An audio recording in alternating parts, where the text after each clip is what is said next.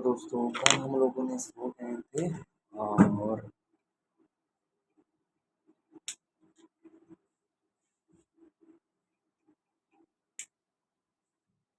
पंखा को सिर्फ जिंदा रखते हैं ताकि खाली सिर्फ और सिर्फ गर्मी ना लगे। तो हम लोगों ने चलिए यहाँ से शुरू करते हैं क्योंकि ये किताब 2 से 3 दिन में ख़त्म हो जानी चाहिए। तो चलिए सुप्रीम कोर्ट के जुडिशियल रिव्यू कार्यकलाप का मतलब क्या होती है। तो जुडिशियल रिव्यू जैसे कि मैंने बताया कि सुप्रीम कोर्ट की जो जुडिशियल रिव्यू होती है मतलब न्यायिक पुनरावलोकन उसको हम लोग कहते हैं। तो क्रेड का मतलब होता है जो जो संविधान विधि प्रावधान की संवैधानिक वैधता की परीक्षण करते हैं। मतलब कि जिसका वो परीक्षण करते हैं, जैसे कि मैंने आपको कल बताया था कि जो आप किसी भी चीज़ को परीक्षण करते हैं तो वही न्यायिक पुनरावलोकन जो होती है। मतलब न्यायिक पुनरावलोकन का मतलब होता है कि पुनर्लोकन मतलब कि उसको दोबारा से आप लोकन करते हैं, मतलब निरीक्षण करते हैं, तो उसको कहते हैं जुडिशियल रिव्यू हम लोग कहते हैं। यद्यपि संविधान में न्यायिक पुनरावलोकन का प्रयोग कहीं भी नहीं किया जाता, तथापि अनुच्छेद 13, 32, 131, 136 और 143 इतना इतना इतना आदि को बंदोबस्त के रूप में संविधान की यथाशक्ति प्रदान की गई है। तो जुडिशियल रिव्यू के बारे में जैसे कि आपको पता है, राज्य के मुख्यमंत्री की नियुक्ति राज्य। अच्छा, यहाँ से क्वेश्चन है कि यहाँ जैसे कि मैंने आपको बताया था, और अनुच्छेद जो होती है 153 जो होती है वो राज्यपाल के मतलब कोई किसी भी राज्य के राज्यपाल के बारे में बताती है, और 154 जो होती है वो राज्य की कार्यपालिका के बारे में बताती है। क्योंकि जब किसी भी देश की किसी भी राज्य की जब राज्यपाल बन जाती है तो उसको कार्य करना होती है। तो 153 के बाद 154 आती है, 154 के बाद 155 आती है, जिसमें राज्यपाल की नियुक्ति राष्ट्रपति कराते हैं। तब उसके बाद राष्ट्रपति की नियुक्ति, क्योंकि नियुक्ति तो पहले करवा चुके हैं, तो नियुक्ति पहले करवा चुके हैं, और 153 के बाद 154 है तो नियुक्ति की बात नहीं की गई, तो 154 नहीं 155 हो जाएगा। और 156 में आपको पता है कि 5 बरस के लिए वो अपने पद पर रहते हैं। तो उसके बारे में बात करें, क्या मैसेज आ रहा है यार, या वीडियो चालू है, यहाँ मैसेज आ रहा है। तो एक काम करते हैं, उसको एरोप्लेन मोड में कर दें ताकि कॉल भी ना आए। तो यहाँ से हम ले लेते हैं इसको, चलिए बहुत बढ़िया, बहुत खूब। तो यहाँ से ये हो गया, तो मैंने कि और उसके बाद 157-58 के बाद में अर्हता के बारे में मैंने, और 159 में राज्यपाल की शपथ होती है, क्योंकि ऊपर में राज्यपाल की शपथ की बात हुई नहीं है। और 155 तक आपको पता है कि 155 में राज्यपाल की नियुक्ति हो जाती है, और 156 में 5 बरस के लिए हो जाती है। क्योंकि 156 है तो 5 बीच में उसका है, तो 5 बरस उसके और उसके बाद 157-58 में अर्हता की बात हो गई। तो 159 में कितने के होते हैं, 159 में राज्यपाल की शपथ की बात हो जाती है। और उसके बाद 161 में आकस्मिक परिस्थितियों में राज्यपाल के कार्यकाल, मतलब आकस्मिक रूप से कार्यकाल के। उसके बाद 160 में जो मैंने अब जैसे कि आपको बताया, और इस 61 में राज्यपाल के क्षमादान की शक्ति के प्रावधान किए गए। लेकिन वो मृत्यु को क्षमादान नहीं कर सकती, ये बिल्कुल आप ध्यान रखिएगा, आपसे पूछ लिया जाएगा क्वेश्चन। और उसके बाद 213 आधार 233 जाता है, अध्यादेश जारी करने की शक्ति होती है, और राज्यपाल द्वारा जिला न्यायाधीशों की नियुक्ति किया जाता है। अगर हमारे पास क्वेश्चन कहता है कि उच्च न्यायालयों में कोई न्यायाधीश सेवानिवृत्ति के बाद निजी तौर पर वकालत का व्यवसाय किस स्तर पर कर सकते हैं। तो ये बात आप जान लीजिए कि समान स्तर पर उच्च न्यायालय में कोई भी जज जो होते हैं, उच्च न्यायालय के जो न्यायाधीश होते हैं वो किसी भी न्यायालय में कर सकते हैं, समान पद पे कर सकते हैं। तो इसका राइट आंसर हो जाएगा ऑप्शन नंबर डी हो जाएगा। उच्च न्यायालय में न्यायाधीशों की सेवानिवृत्ति की निजी, ये तो आपको पता ही होगा, यहाँ से क्वेश्चन नहीं पूछा जाएगा। और नियुक्ति के विधि कार्यकाल की सुरक्षा, निश्चित सेवा, उसके बाद में संचालित सेवानिवृत्ति के बाद वकालत में प्रतिबंध। ये तो हो गया अनुच्छेद के बारे में दिया गया है कि 6 के अनुच्छेद, इतना में उसको छोड़ दीजिए। सर्वोच्च न्यायालय के न्यायाधीश सर्वोच्च न्यायालय के न्यायाधीश वर्ष की आयु तक सेवारत कर सकते हैं, तो वो 65 वर्ष तक कर सकते हैं। आपको पता होगा कि सर्वोच्च न्यायालय के संबंधित प्रावधान संबंधी भाग 5 में, मतलब 5 में संघ की बात की गई है। तो उसमें संविधान संशोधन 1963 द्वारा अनुच्छेद इतना इतना इतना जोड़ा गया था, जिसमें सर्वोच्च न्यायालय के न्यायाधीश की आयु प्रावधि करने। उसके बाद अनुच्छेद की बात अगर हम लोग करते हैं तो अनुच्छेद की बात कर लेते हैं। 124 में उच्चतम न्यायालय की स्थापना तथा गठन की बात की गई। 125 में न्यायाधीशों के वेतन की बात की गई है। 126 में कार्यालय कार्यालय मुख्य न्यायाधीश की नियुक्ति करते हैं। अनुच्छेद 127 में तदर्थ न्यायाधीशों की नियुक्ति करते हैं, और 129 में अभिलेख न्यायालय के रूप में उच्च न्यायालय करते हैं, और 143 में करते हैं राष्ट्रपति की उच्चतम न्यायालय की सलाह की शक्ति के। तो क्योंकि 24 में उच्च न्यायालय ने उच्चतम न्यायालय की स्थापना की गई है और 125 में न्यायाधीशों के वेतन की बात की गई है और कार्यालय कार्यालय मुख्य न्यायाधीश की नियुक्ति की बात की गई है। आगे देखते हैं, हालांकि मैंने इसको पढ़ रखा है पहले, तो थोड़ा थोड़ा देख लेते हैं। फ्रेंच ओपन टेनिस 2014 में पुरुष एकल के विजेता कौन बने हैं? तो राफेल नोडे कौन बने हैं? तो फ्रेंच ओपन टेनिस 2014 का पुरुष एकल विजेता कौन बना? तो राफेल नडाल बने हैं। फ्रेंच ओपन 2023 पुरुष एकल खिताब नोवाक फ्रेंच ओपन 2023 पुरुष एकल खिताब नोवाक जोकोविच सर्बिया ने कैस्पर से हराकर जीता। तो फ्रेंच ओपन टेनिस 2014 और ये 2014 में आपका जीता है राफेल नडेल, लेकिन 2023 में आपका नोवाक जोकोविच जीते हैं। और ऑस्ट्रेलिया ओपन में जो विजेता हैं वो आपका कौन है? तो प्रमुख टेनिस ग्रैंड स्लैम टूर्नामेंट 2023 में है। ऑस्ट्रेलियन ओपन 2023 में आपका पुरुष एकल विजेता नोवाक जोकोविच है और उप विजेता हैं स्टेफानोस सितसिपाल। उसके बाद में महिला एकल विजेता जो है वो अरना सवालेंका है। उप विजेता है वो ई रायबकिन है। पुरुष एकल विजेता है जो ये है। निम्नलिखित में से किसकी हमारे सौर मंडल के एक ग्रह के रूप में से गुण नहीं है? तो वो प्लूटो के नहीं है। तो प्लूटो को मैं जाना दक्षिण गोलार्ध में उत्तर अयनांत किस दिन होता है? ये वाला थोड़ा बहुत ज़्यादा इम्पोर्टेंट है कि आपका जो है कि जैसे कि मैं आपको समझाना ये चाहता हूँ कि जिसे आप देख लीजिए।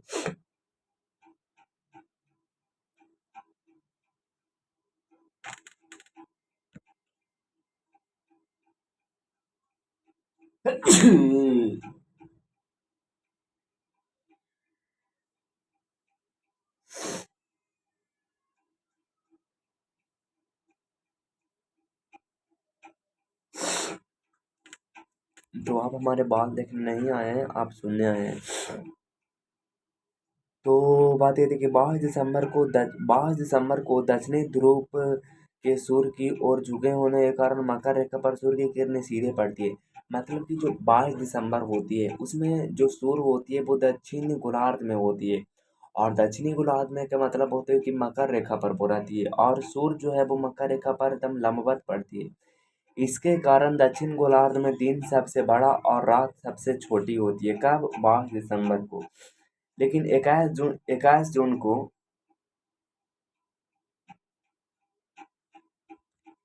21 जून को आपका जो रहता है सूर्य जो रहती है वो कर्क रेखा पर रहती है, लंबवत पड़ती है, जिसमें जिसमें उत्तरी गोलार्ध पर सबसे बड़ा दिन होती है और रात सबसे छोटा होती है। कब होती है? 21 जून को होती है। और 21 मार्च से सूर्य उत्तरी ध्रुव को प्रकाशित करना शुरू कर देता है और 23 सितंबर तक प्रकाशित करता रहता है। इसलिए उत्तरी ध्रुव पर लगातार 6 महीने का दिन होता है। 21 मार्च और 21 जून तक अवधि उत्तरायण रहते हैं। और ये सब बातें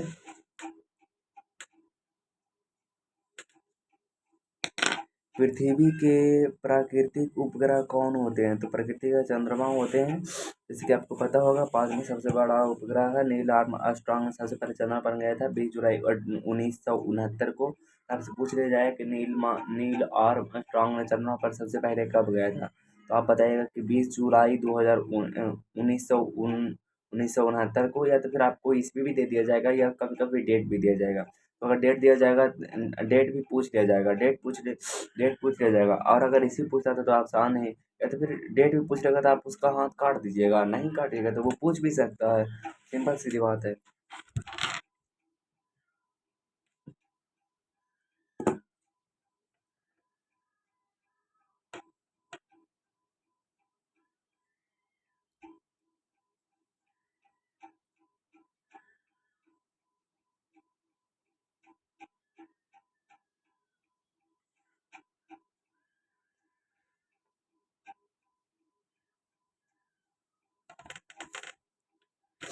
चंद्रयान 3 जो है वो 2008 में 8वां महीना में 22 तारीख को लॉन्च हुआ था, और 22 तारीख 7वां महीना 2019 को सेकंड लॉन्च हुआ था। और आपका जो है चंद्रयान 3 जो आपको पता ही है, हाल ही में लॉन्च हुआ था, जुलाई में लगभग लॉन्च हुआ था, 14 जुलाई को, और 2023 को। तो ये बात आपको पता है, दिल्ली दिल्ली से हावड़ा चलने वाली राजधानी एक्सप्रेस गुजरती है। दिल्ली से हावड़ा चलने वाली राजधानी एक्सप्रेस चलती है दिल्ली, उत्तर प्रदेश और बिहार में। तो ये आप ध्यान रखिएगा। और इसमें क्या, भारत, न्यू दिल्ली में हावड़ा राजधानी एक्सप्रेस वाईफाई सुविधा वाली वाली भारत की पहली रेलगाड़ी है। देश में सबसे लंबी दूरी तय करने वाली रेलगाड़ी विवेक एक्सप्रेस है। हाँ, देश में सबसे दूरी तय करने वाली जो रेलगाड़ी है वो आपका जो है, देश में सबसे दूरी तय करने वाली रेलगाड़ी जो है विवेक एक्सप्रेस है, जो डिब्रूगढ़ से कन्याकुमारी तक जाती है। आपका डिब्रूगढ़ असम में और कन्याकुमारी तमिलनाडु में है। इसकी लंबाई है 1486 किलोमीटर, इसकी लंबाई है। भारत में सबसे तेज चलने वाली रेलगाड़ी वंदे भारत एक्सप्रेस है, जिसकी लंबाई है 180 किलोमीटर प्रति आवर। तो सबसे दूरी तय करने वाली रेलगाड़ी कौन है, तो सबसे सबसे लंबी दूरी तय करने वाली रेलगाड़ी विवेक एक्सप्रेस है, जो कि डिब्रूगढ़ से कन्याकुमारी चलती है। डिब्रूगढ़ आपका असम में है और कन्याकुमारी आपका तमिलनाडु में है। अगला है गीतांजलि एक्सप्रेस के बीच चलती है, तो हावड़ा और मुंबई के बीच चलती है। और यह पूरी तरह से भारत में डिजाइन और निर्मित होने वाली।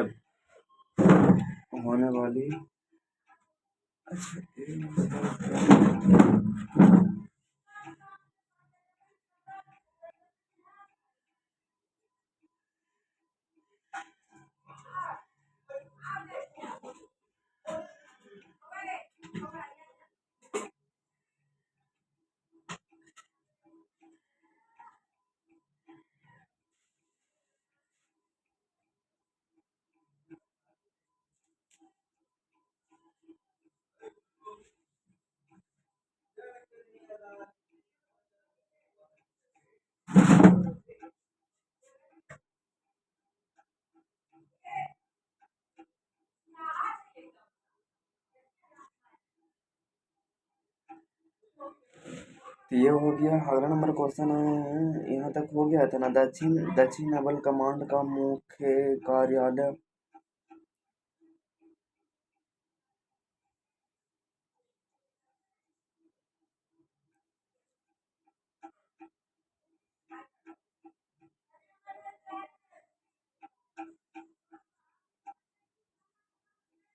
दक्षिण नावल कमांड का मुख्य कार्यालय कहाँ स्थित है, तो वो कोच्चि में स्थित है।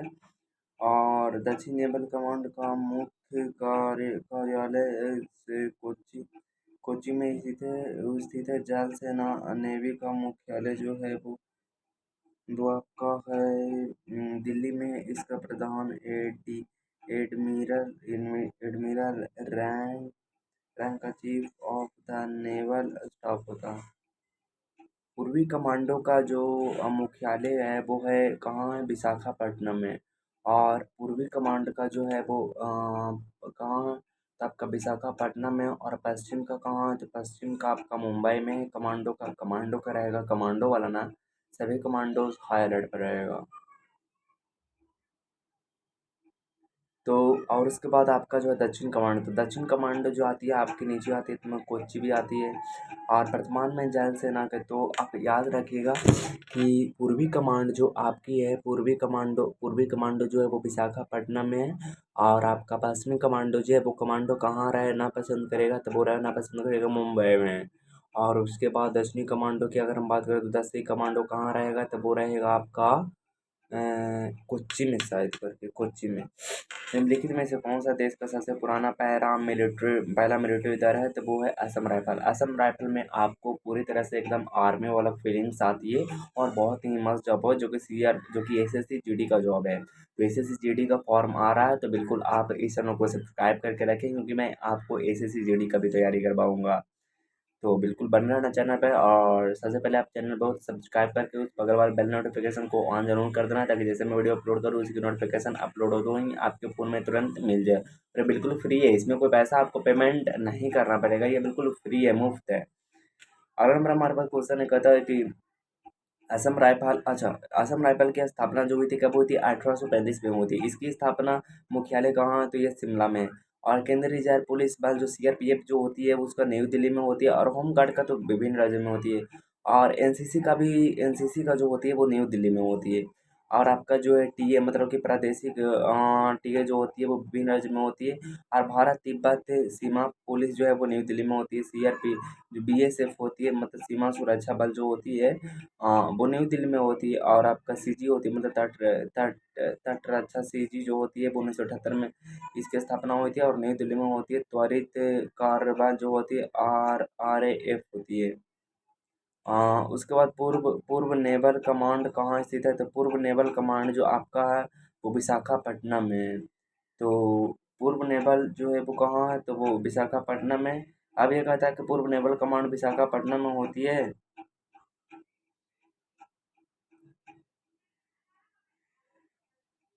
पूर्व नेवल कमांड विशाखापट्टनम में होती है। विस्तृत व्याख्या हेतु 47 नंबर क्वेश्चन देखें।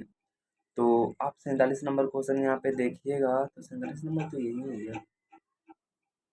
तो विस्तृत कर पूर्व नेवल कमांडो, तो पूर्व नेवल कमांडो विशाखापट्टनम में, मैंने आपको बताया था। पूर्व कमांडो और पश्चिम कमांडो मुंबई में रहना पसंद करेगा, और आपका दक्षिण कमांडो जो रहेगा वो कोच्चि में रहना पसंद करेगा। तो ये बिल्कुल करेक्ट बात है।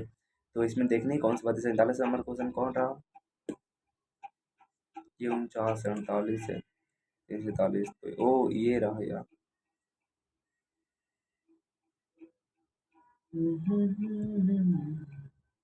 निम्नलिखित में से कौन सा भारत का राष्ट्रीय गीत है? तो वो राष्ट्रीय गीत आपको पता है कि राष्ट्रीय गीत जो है वंदे मातरम है। और भारत का राष्ट्रीय वंदे वंदे मातरम भारत के बंकिम चंद्र चट्टोपाध्याय है। और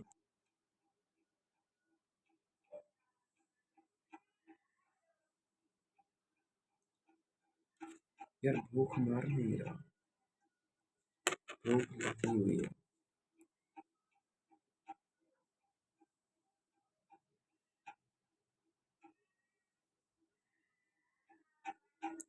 अब हमारे बाल देखने बिल्कुल भी नहीं आए हैं, तो एक काम करते हैं, पहले खाना खा लेते हैं, उसके बाद फिर आपको बताते हैं।